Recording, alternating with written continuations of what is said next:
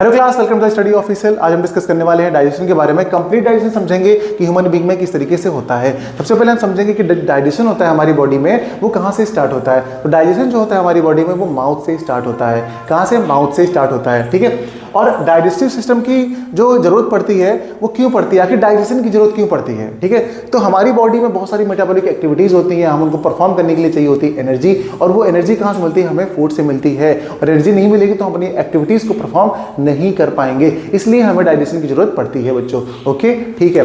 अब बात करते हैं कि एलिमेंट्री कैनाल की क्या जरूरत पड़ती है, क्या रोल है इसका। एलिमेंट्री कैनाल जो है हमारी बॉडी को नरिश करती है और इसके इंपॉर्टेंट पार्ट्स है जहां से ये गुजरती है। अगर बात करिए तो 22 फीट के आसपास इसकी लेंथ होती है। और ये पूरी लेंथ में सबसे जो बड़ा पार्ट होता है वो होता है स्मॉल इंटेस्टाइन। और इसकी जो लेंथ होती है 5 to 6 मीटर होती है। किसकी? स्मॉल इंटेस्टाइन की। स्टार्टिंग जो होती है एलिमेंट्री कैनाल की माउथ से और एंड होता है एनस से। इन सभी पार्ट के बारे में अगर मैं आपको बताना चाहूँ तो बॉडी के जो पार्ट्स होते हैं, लाइक यहाँ पे देख पा रहे होंगे, ये माउथ है। माउथ से फूड इनगल्फ होता है, यहाँ से जाता है फेरिंक्स में, फेरिंक्स से होता हुआ यहाँ पे चला जाता है फूड पाइप के थ्रू। फूड पाइप मतलब इसोफेगस, यहाँ से जाता हुआ फूड चलाता है स्टमक में। ये आपका स्टमक आ गया, स्टमक से होता हुआ जाता है स्मॉल इंटेस्टाइन में, और स्मॉल इंटेस्टाइन के बाद चलाता है लार्ज इंटेस्टाइन में, और एनएस के थ्रू वेस्ट बन के ही निकल जाता है। तो एलिमेंट्री कैनाल का मतलब ये है कि ये आपका एक ट्रैक्ट है जहां जहां से फूड पास हो रहा है। ये समझ लीजिए कि रास्ते में छोटे छोटे से वो पॉइंट है जहां से फूड पास हो रहा है, ठीक है। अब बात करते हैं इस तरफ। अगर इधर की बात करें तो यहाँ पर हमारे पास कुछ ग्लैंड्स हैं। ग्लैंड्स से क्वेश्चन बहुत ज्यादा बनता है, ध्यान रखिएगा।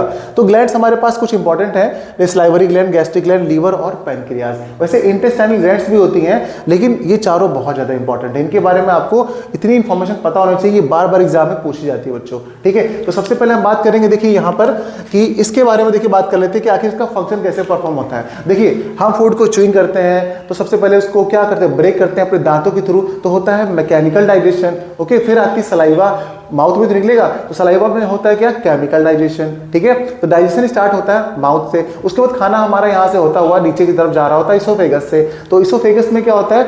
कोई भी डाइजेशन नहीं होता है, ध्यान रखिएगा। फिर जाता है फूड स्टमक में। स्टमक में 3-4 घंटे तक फूड ठहरता है तो वहाँ पे आती है गैस्ट्रिक ग्लैंड्स मिलती हैं। तो गैस्ट्रिक ग्लैंड कुछ जूसेस सिक्रीट करती है जिसे बोलते हैं HCl, पेप्सिन और म्यूकस। ये क्या करते हैं? देखिए HCl का काम होता है फूड को एसिडिक करना। दूसरा काम क्या होता है? पेप्सिन का प्रोटीन को पेप्टोस में तोड़ना। म्यूकस का क्या काम होता है? जो इनर लाइनिंग है स्टमक की उसको HCl के क्या इफेक्ट से बचाना, यानी प्रोटेक्शन करता है inner lining of the stomach की, जिसको बोलते हैं म्यूकोसा। ओके, क्या काम खत्म हो गया? फूड हमारा पार्शियल डाइजेस्ट हो गया। फिर नीचे जाएगा, नीचे वाले हिस्से से यहाँ से होता हुआ आएगा इसमें ड्यूडेनम में। ड्यूडेनम मतलब क्या? स्मॉल इंटेस्टाइन का पहला पार्ट। स्मॉल इंटेस्टाइन के 3 पार्ट होते हैं, ड्यूडेनम, जेजुनम, इलियम। तो ड्यूडेनम में ही मिलते हैं आपको 2 अलग से नए ग्लैंड्स जिनका नाम है लीवर और पैनक्रियाज। ये एक कॉमन डक्ट के थ्रू जुड़े रहते हैं। तो लीवर कहता है कि भाई मैं काम कर रहा हूँ, ठीक है, मैं काम क्या करूंगा? मेरा काम है फूड को एसिडिक करना। क्यों? नहीं सॉरी, लीवर क्या काम करता है और पैनक्रियास क्या काम करता है? इन दोनों की जोड़ी बहुत जबरदस्त है, दोनों एक दूसरे के बहुत बढ़िया मित्र हैं। काम क्या होता है? देखिए लीवर क्या काम करता है? पैनक्रियास के कहने पर काम करता है। पैनक्रियास कहता है यार लीवर ऐसी बात है ना कि मेरे पास जो एंजाइम्स है ना वो खाली एल्कालाइन नेचर में ही काम करते हैं, और फूड जो है स्टमक से आ रहा है वो एसिडिक है। ऐसा करो तुम फूड को एल्कालाइन बना दो, मेरे एंजाइम्स काम करना शुरू कर देंगे, ठीक है।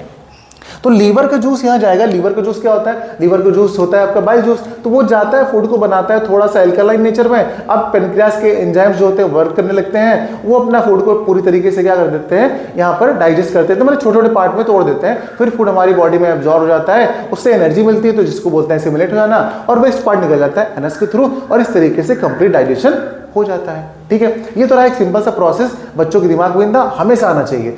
अब रही बात इनके एक एक पॉइंट के बारे में समझते हैं। देखिए सलाइवरी ग्लैंड्स क्या काम करती हैं। सलाइवरी ग्लैंड्स बच्चों हमारी बॉडी में यानी हमारे माउथ में 3 पेयर के फॉर्म में होती हैं। अच्छा, अगर ये 3 पेयर के फॉर्म में होती है, काम क्या करती हैं? ये सलाइवरी अमाइलेज सलाइवा सिक्रीट करती हैं, जिसमें एंजाइम्स प्रेजेंट होता है सलाइवरी अमाइलेज, जिसे हम टायरिन बोलते हैं, ठीक है।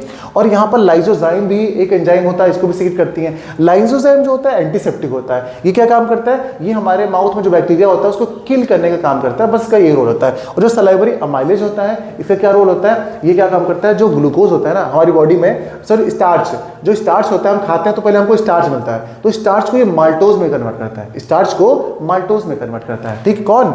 सलाइवरी अमाइलेज, ठीक है।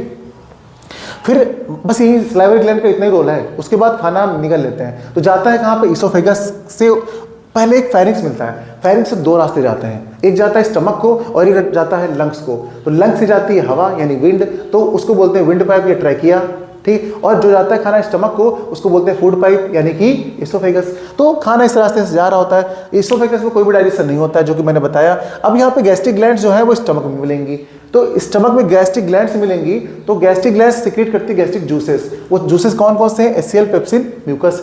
एचसीएल का काम मैंने आपको बता दिया, क्या काम करता है? ये जर्म्स को किल करता है। एचसीएल जर्म्स को किल करता है और हमारे फूड को एसिडिक बनाता है। हमारे माउथ से जब फूड आ रहा होता है उसका नेचर हल्का सा एल्कलाइन होता है, तो ये फूड को एसिडिक बनाता है। क्यों? पेप्सिन कहता है हम काम नहीं करेंगे, हम एल्कलाइन फूड में काम नहीं करेंगे, हम कब काम करेंगे?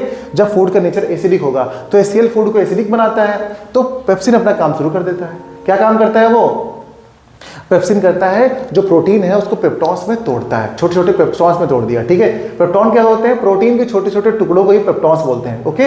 अच्छा, उसके बाद म्यूकस क्या काम करता है? अब एचसीएल ने फूड को एसिडिक बना दिया तो हमारे पेट के अंदर की जो लाइनिंग है ना वो जलने लगेगी, हमको अच्छा नहीं लगेगा, जलन महसूस होगी, तो उसको प्रोटेक्शन देता है म्यूकस। और आपको पता है स्टमक के इनर लाइनिंग को क्या बोलते हैं? म्यूकोसा। बढ़िया नाम है ना, म्यूकोसा की रक्षा करेगा कौन? म्यूकस, है ना।